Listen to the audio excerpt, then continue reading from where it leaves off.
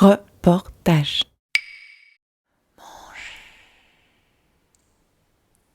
Chips,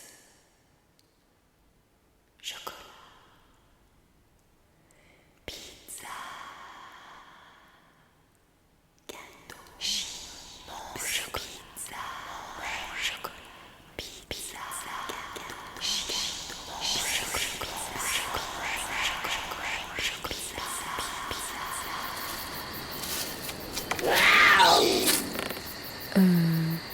C'est quoi ça ?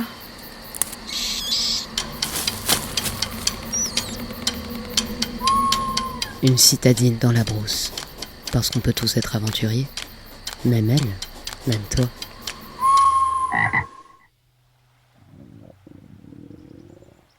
J'ai faim, Will Crow. Ça fait bientôt 3 jours que j'ai à peine mangé. Et c'est dur. Je commence à avoir des hallucinations, les arbres qui se transforment en sandwich géants, des pierres en coquilles qui me font de l'œil. Pourtant, une des premières choses dont je me suis assurée, c'est que je peux effectivement survivre, même si je ne trouve rien à manger dans ces bois. Je connais des gens qui n'ont pas mangé pendant un mois, après remanger un mois, après pas manger un mois, après remanger un mois, puis après pas manger un mois, et ils sont toujours vivants. Alors ils ont eu un peu des soucis, mais voilà, ils ont perdu un peu des cheveux, et voilà, c'est pas génial, mais ils ont survécu. Après, la nourriture en survie, c'est le gros sujet. Si tu veux, tu as 4 priorités: abri, eau, feu, nourriture. Et puis abri, feu, eau, je t'apprends les bases en une semaine à peu près. Enfin, on couvre le thème, tu ne seras pas une experte, mais tu as un peu une idée. Par contre, nourriture, si tu veux pouvoir vivre dehors, il va te falloir une vie. Et puis en fait, souvent, il va falloir plusieurs générations, parce que c'est les anciennes générations qui apprennent aux nouvelles générations. C'est un monstre connaissance. Parce que dans nourriture, il y a chasse. Du coup, chasse, il faut savoir quels animaux, comment leurs habitudes, comment les dépecer, comment utiliser la peau. C'est vraiment un énorme savoir. Du coup, comme ça, vite fait, je pense, vas-y avec ce que tu connais déjà. Effectivement, Nino m'en parlait, et quand j'ai commencé à m'intéresser au survivalisme, j'ai vite découvert ce qu'on appelle la règle de 3. C'est pas exactement comme en cours de maths, hein. C'est l'américain Ron Hood qui l'a mis en place selon des estimations et des moyennes pour définir quelles sont les priorités lorsqu'on est en situation de survie. Donc la première chose à prendre en compte, c'est le danger imminent, car on aurait environ 3 secondes pour échapper à un péril comme une avalanche, un effondrement ou un incendie. Ensuite, on aurait 3 minutes de marche sans respirer, que ce soit sous l'eau ou dans un endroit enfumé. 3 heures, ça, c'est le temps disponible avant de mourir d'une hypothermie dans un froid extrême. Puis 3 jours, ça c'est la limite avant de succomber à la déshydratation. Et 3 semaines, ça c'est le temps moyen sans nourriture. Donc a priori, j'ai de la marge. Ah, et la dernière mesure, c'est 3 mois. 3 mois avant de sombrer dans une profonde dépression liée à la solitude.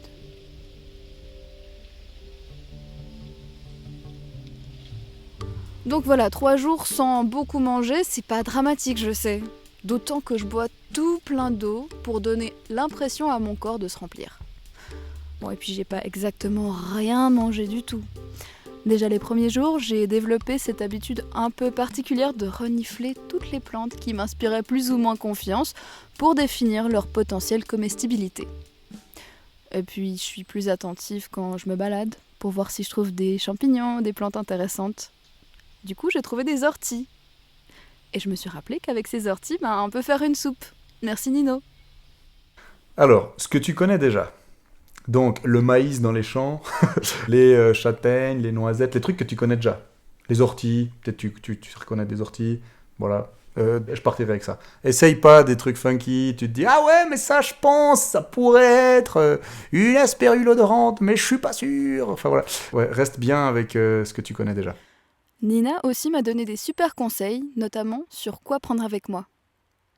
Ce que je fais la plupart du temps, prendre avec aussi des aliments qui sont déjà préparés. Par exemple de l'huile et de la farine et du sel. Ça, c'est vraiment un peu les 3 points clés. Sans huile, sans graisse.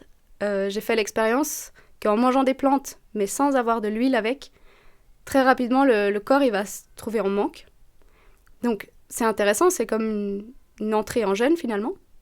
Mais si on a seulement une semaine, c'est un peu dommage de passer cette semaine complètement épuisé, en désintoxication en fait, parce que le corps, il va à ce moment-là devoir utiliser les ressources qui sont dans les graisses du corps, et puis il y a plein d'autres choses qui se sont stockées dedans. Donc c'est pas forcément très agréable. Ah, Nino m'avait d'ailleurs prévenu. En fait, le problème, c'est que toi, tu es habitué à manger de la nourriture civilisée depuis ta naissance. Donc ça veut dire qu'en fait, aujourd'hui, ton système digestif, les bactéries que tu as dans ton ventre, etc., ils sont habitués à la nourriture civilisée. Donc au moment où tu vas switcher vers de la nourriture pure sauvage, si tu fais ce switch, ça va être extrêmement compliqué, parce que ton système digestif, il va être tout à l'envers, et puis tu risques d'avoir mal au ventre, et peut-être même tu vas te faire des trous dans l'intestin si tu manges trop d'acide tannique, et les plantes sauvages ont beaucoup d'acide tannique, même les plantes sauvages comestibles. C'est juste un exemple. Donc en fait, ce qu'il faudrait, ce qui serait beaucoup plus cohérent pour toi, c'est d'y aller progressivement. C'est-à-dire tu prends une base alimentaire civilisée, idéalement des féculents, déjà parce qu'il y a pas mal d'énergie dedans, mais aussi parce qu'en fait, les féculents, ils aident à absorber une partie des toxines, en fait, et puis des antinutriments. Typiquement, quand il y a quelqu'un qui s'intoxique, on lui donne de la purée de patates, en fait, pour absorber un petit peu l'excès en certaines toxines. Puis en fait, dans la nourriture sauvage, il faut t'imaginer, regarde, la tomate, t'as déjà planté une tomate, c'est misérable une tomate, ça crève tout le temps, t'es tout le temps en train de la bichonner, puis même que tu fais tout, que tu l'arroses et tout, à la fin elle finit par crever, t'es pas là une semaine, puis c'est foutu. Maintenant imagine, les plantes sauvages, elles sont là toute l'année, toutes les météos, et donc c'est un autre calibre. Ça veut dire que ces plantes-là, à l'intérieur, elles ont des choses qui font qu'elles sont fortes et elles se défendent en fait contre les éléments, contre les insectes, contre les champignons, contre les bactéries. Et du coup, ces trucs-là, c'est des trucs un peu durs, chimiquement, donc c'est un peu violent. Et du coup, quand tu vas manger ces plantes, tu vas manger aussi ces trucs violents. Et ça s'appelle des antinutriments. En petite quantité, c'est pas un problème, mais si tu prends en grande quantité, tu commences à avoir des problèmes. Et du coup, tu vas devoir t'adapter à ça. Une personne civilisée, ça se peut qu'il lui faille des années pour pouvoir complètement profiter de la nourriture sauvage. Mais du coup, j'étais embêtée parce que j'avais pas 1000 plantes que je connaissais dans le coin. J'ai fait un petit peu le tour de ma zone, mais c'est surtout de la forêt. Même si j'ai une petite clairière dans le coin dans lesquelles on peut trouver ces fameuses orties. Parmi les plantes familières, j'ai aussi trouvé des trèfles. Et il se trouve que c'est pas trop dégueu. En fait, je sais pas pourquoi on n'a pas plus de plantes dans notre alimentation standard. Pourquoi c'est principalement les salades qui sont devenues mainstream. Par contre, je crois que je sais pourquoi je trouve pas masse de plantes dans mon environnement proche qui me donnent envie d'un festin. C'est que je suis dans un biotope type forêt, donc pas hyper diversifié. Si on est dans une forêt et qu'on sort pas de la forêt, on va avoir que les plantes de forêt. Et c'est très limité parce qu'il y a peu de lumière qui accède au sol. Alors on a peu de plantes comestibles.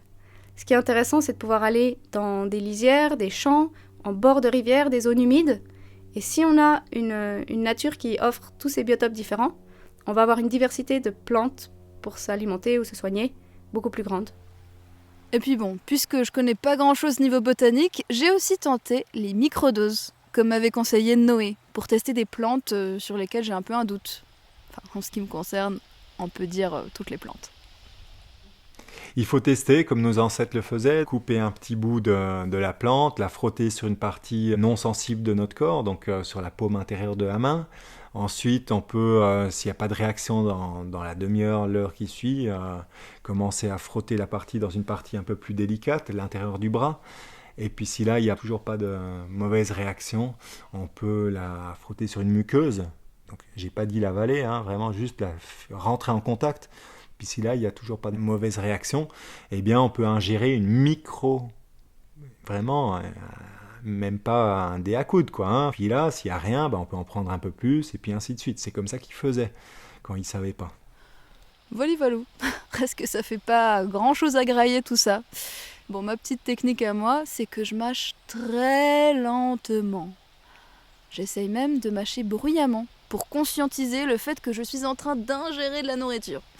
Et puis il paraît que la mastication, en plus d'apporter le sentiment de satiété, c'est aussi censé aider à la digestion.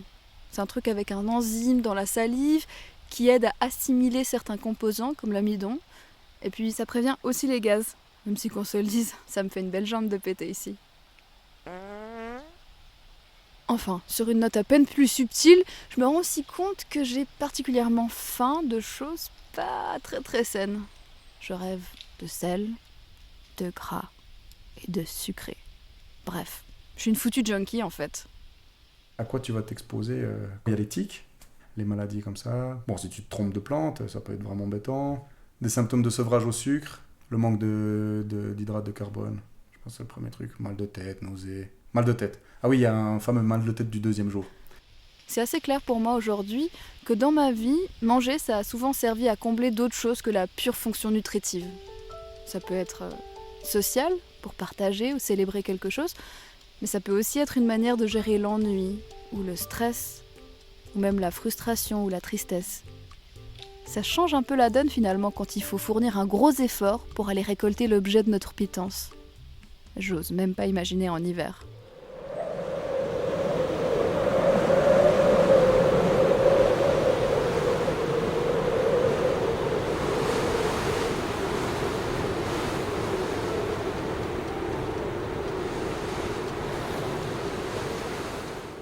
Ce qu'il faut retenir, c'est qu'en cas de réelle situation de danger, mieux vaut ne pas utiliser plus d'énergie pour la recherche de nourriture que ce que cette nourriture rapportera comme énergie calorifère. Évidemment, on n'oubliera pas de s'hydrater et de se protéger du froid, car c'est bien plus urgent que de se nourrir. Et puis, il est toujours possible de s'occuper l'esprit d'une manière ou d'une autre pour oublier temporairement cette faim. Enfin, au final, si l'on souhaite vraiment vivre dans la forêt, mieux vaut connaître un bon nombre de plantes comestibles. Et ça prend du temps.